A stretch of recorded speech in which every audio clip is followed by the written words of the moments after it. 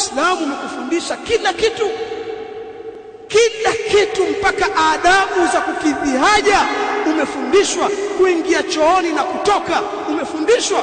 Ukiwa chooni wakidhi haja kuna mambo usiyafanye umefundishwa. Wewe unahitajia nini nje ya Uislamu? Kitu gani kipo nje ya Uislamu Uislamu haukufundisha?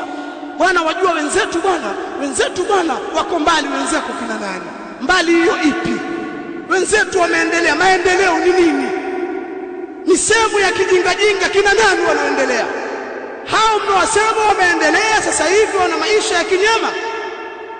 Ndio mara Bwana Mtume sallallahu alayhi wasallam akatahadharisha pale aliposema la tattabi'unna sanana man kana qablakum hadwa al-qudha bil-qudha walau dakhalu juhra ad-dabb la dakhaltumuhu qulna al-yahud wan-nasara ya rasulullah qala faman.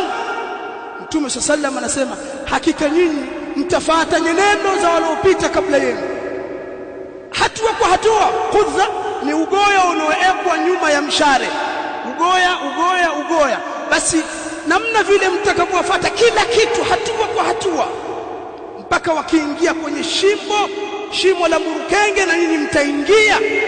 Hii ni kinaya kwamba nyinyi mtawafuata sana wasiokuwa Waislamu, mtawaiga sana nyinyi. Katika riwaya Bwana Mtume anasema fa in kana minhum man ya'ti ummuhu alaniya au fi qari'ati at-tariq, ikiwa katika wao kuna mtu atafikia kumuendea mama yake hadharani, na kwenu nyinyi watatokea watu watafanya kama hivyo.